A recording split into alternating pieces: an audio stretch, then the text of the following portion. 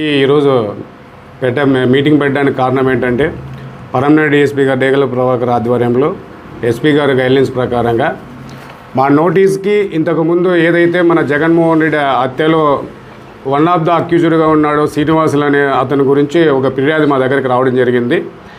అదేంటంటే ఇప్పుడు ఒక అమ్మాయిని అతను ఇంతకుముందు ఒక పెళ్ళైన అమ్మాయిని అతను బైరెడ్డిపల్లిలో కాపురం పెట్టుకోవడం జరిగింది. ఆ అమ్మాయి భర్త కంప్లైంట్ ఇవ్వడం జరిగింది. ఏంటంటే ఆమెకి ఆల్రెడీ అతనికి పెళ్ళై 2 పిల్లలు ఉన్నారు. తర్వాత ఆమె నారాయణ నగర్లో కాపురం ఉంటుంది.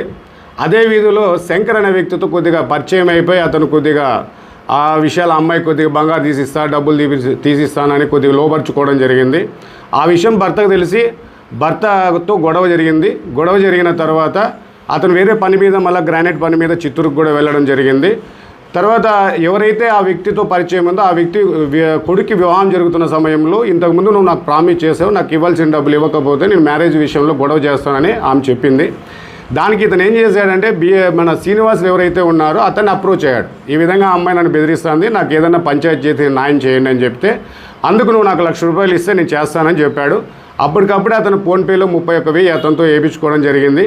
తర్వాత ఇక్కడ వేణుగోపాల స్వామి గుడి దగ్గర పంచాయతీ చేశారు. పంచాయతీ చేసిన తర్వాత ఆమెకి నువ్వు ఒక 20 lakhs ఇచ్చినట్లయితే ఆమె నీ నుంచి పూర్తిగా బయటికి వెళ్ళిపోతుందని చెప్పడం జరిగింది. అతను నేను అంత ఇవ్వలేను, నా చేత కాదనుకున్నా అని చెప్పడం జరిగింది. అందుకే 3 లక్షలు ఇచ్చేలాగా అతనితో ప్రామిసరీ నోట్ రాపించుకొని ఆ తర్వాత ఆమెతో ఇతను చనువు పెంచుకోవడం జరిగింది.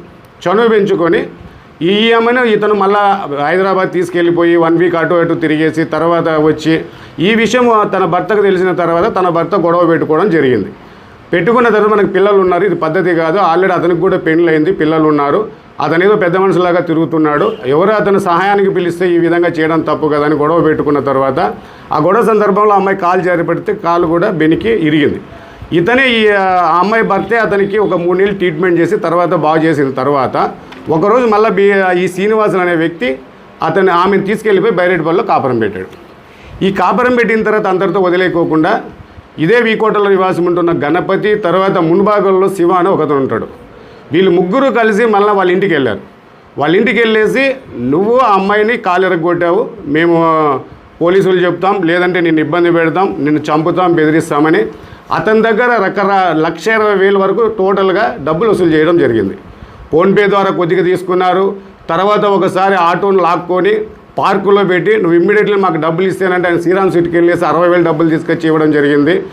మళ్ళీ తర్వాత అంతా అయిపోయిన తర్వాత కూడా అతను ఉంటున్న ఇండ్లు కూడా వదిలేసి నీ పిల్లల్ని తీసుకుని నువ్వు ఎక్కడికైనా వెళ్ళిపోవాలా, ఇక్కడ ఉంటే నేను చంపేస్తాం, నీ పిల్లల్ని చంపేస్తాం అని ఇలా బెదిరించడం జరిగింది. తర్వాత ఆ అమ్మాయికి ఇంతకుముందు ఇండ్లు కట్టుకోవడానికి అనేసి ఆ అమ్మాయి బంగారు, వాళ్ళ అమ్మ బంగారు, తన భర్త బంగారు అంతా కలిపి 125 గ్రాములు ఒక బ్యాంకులో పెట్టి ఒక 5 లక్షల డబ్బులు తీసుకోవడం జరిగింది. అది గణపతి, శ్రీనివాసులు తర్వాత ఈ శివ ఏం చేశారంటే ఆ బంగారం బయటకు తీసుకొని వేరే బ్యాంకులో పెట్టుకొని సుమారుగా 9.5 లక్షల వరకు తీసుకోవడం జరిగి ఇప్పుడు కూడా అమ్మాయిని వాళ్ళ కంట్రోల్లో పెట్టుకోవడం జరిగింది. ఈ కంప్లైంట్ మాకు నోటీస్కి వచ్చిన తర్వాత విత్ ఎవిడెన్స్ ఫోన్పేలు కూడా దీంట్లో ఫోన్పేలు కూడా ఉన్నాయి. అంటే ఈ వ్యక్తి ఎటువంటి వ్యక్తి, ఒకరు నాకు సాయం చేయమని వస్తే ఈ విధంగా ఇంత బ్లాక్మెయిల్ చేసి డబ్బులు సంపాదిస్తున్నారు. దీని మీద మేము ఇప్పుడు ఆల్రెడీ ఎక్స్ట్రాక్షన్ కేసు కడుతున్నాము.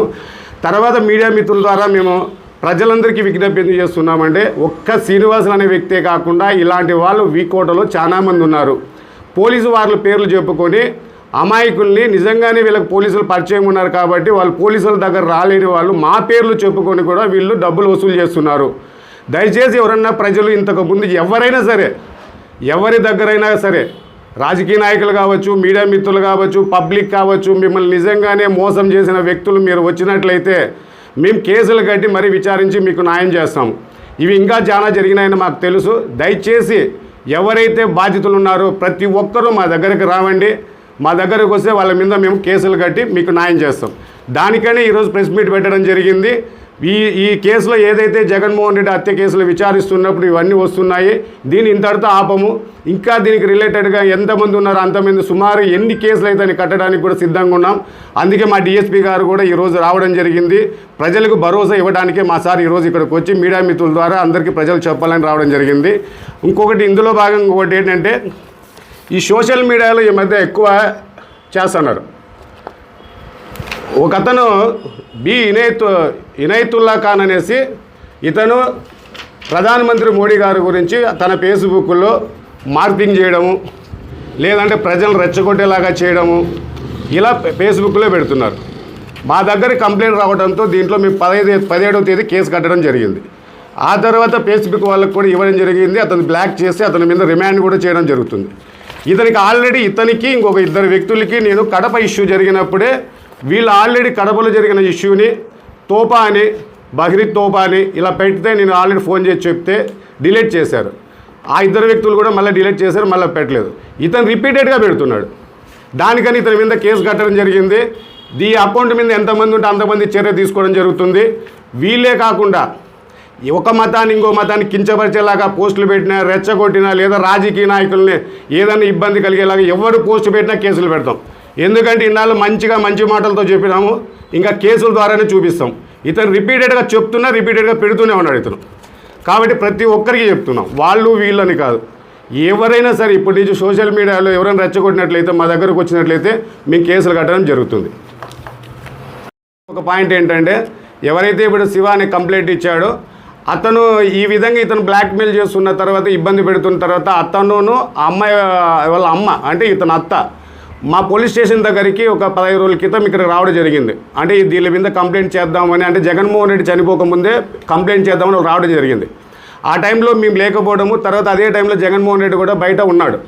ఉన్నప్పుడు అతను అడిగాడు, ఎందుకు వచ్చారు మీరు, ఏం జరిగింది అంటే, ఈ విధంగా ఇలా ఇబ్బంది పెడుతున్నారు వీళ్ళు, దానికి మేము కంప్లైంట్ చేద్దామని వచ్చాము అని చెప్తే, అప్పుడు ఆ టైంలో కూడా అక్కడ ఆయన ఎప్పుడైతే అమ్మాయిని తీసుకెళ్ళి మునుబా అక్కడ పెట్టుకున్నాడో అప్పటి నుంచి కూడా అతను ఎక్కువగా ఈ చుట్టూ తిరుగుతున్నాడు.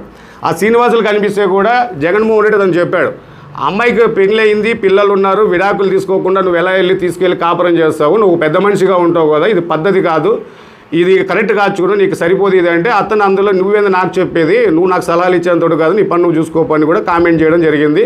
తర్వాత ఇలాగే ఉంటే నేను పోలీసులకు కూడా నేను వీళ్ళకి సపోర్ట్ చేస్తాను కూడా చెప్పడం జరిగింది. అంటే వీళ్ళు ఎంత ఎదవాలంటే, ఆ అమ్మాయికి వేరే శంకర్ అనే అతను పరిచయం ఉంటే అప్పుడు సెటిల్మెంట్కి పిలిచినప్పుడు 3 లక్షలు ప్రొనోట్ రాసుకున్నారు కదా, మళ్ళీ ఆ అమ్మాయి రిలీజ్ అయిపోయి ఆ ప్రొనోట్ని చింపేసి అది గణపతి అనే వ్యక్తి దగ్గర పెట్టుకున్నారు ఆ ప్రొనోట్ని. అంటే ఈ అమ్మాయి పేరు మీద రాయించుకొని గణపతి దగ్గర ప్రొనోట్ పెట్టుకొని తర్వాత కొద్దిగా అమ్మాయి రిలీజ్ అయిపోయి ఆ ప్రొనోట్ చింపేసిన తర్వాత మళ్ళీ ఆ అమ్మాయిని మ్యాంకులేట్ చేసి పీజీఆర్ పిటిషన్ పంపిస్తారు. అతను డబ్బు అంటే పోలీసుల్ని వాడుకుంటున్నారు, అందరినీ వాడుకొని వీళ్ళు మళ్ళీ తర్వాత అతను ఒకసారి ఏమి చేశాడు, ఈ శంకర్ దగ్గర షాప్ దగ్గరికి వేరే మునుబాగల్ శివాని పోయి బెదిరించారు, వాళ్ళ భార్య వాళ్ళని బెదిరించారు డబ్బులు ఇవ్వలేదని. దానికి అతను నాకు వచ్చి చెప్పినప్పుడు నేను చేసినప్పుడు రివర్స్లో ఇతను SC ST కంప్లైంట్ నా దగ్గర తెస్తాడు. నేను అక్కడ ఏదో బిజీగా ఉన్నప్పుడు పట్టించుకోవాలి. అంటే వీళ్ళు ఏంటంటే అవసరమైతే క్యాస్ట్ ఉపయోగించుకుంటారు, లేదు పోలీసులను ఉపయోగించుకుంటారు. ఈ విధంగా ఇంకా ఎన్ని జరిగాయో తెలియదు. ఒక్క ఈ వ్యక్తినే కాదు, దయచేసి ఎంతమంది ఉన్నా కూడా ఎటువంటి వారిపైన మేము చర్యలు తీసుకుంటాం. దయచేసి మీ వీకోట బాగుండాలనుకుంటే ఇది మంచి అవకాశం, ఈ సందర్భాన్ని ఉపయోగించుకొని అందరూ ఉపయోగించుకోండి. ఇంతటి వారిని ఇచ్చిపెట్టం, దయచేసి రాండి. మీ దగ్గర సాక్ష్యాలు రాకపోయినా సరే ఏం జరిగిందో రాండి, దాన్ని బట్టి మేము మీకు సాయం చేస్తాం.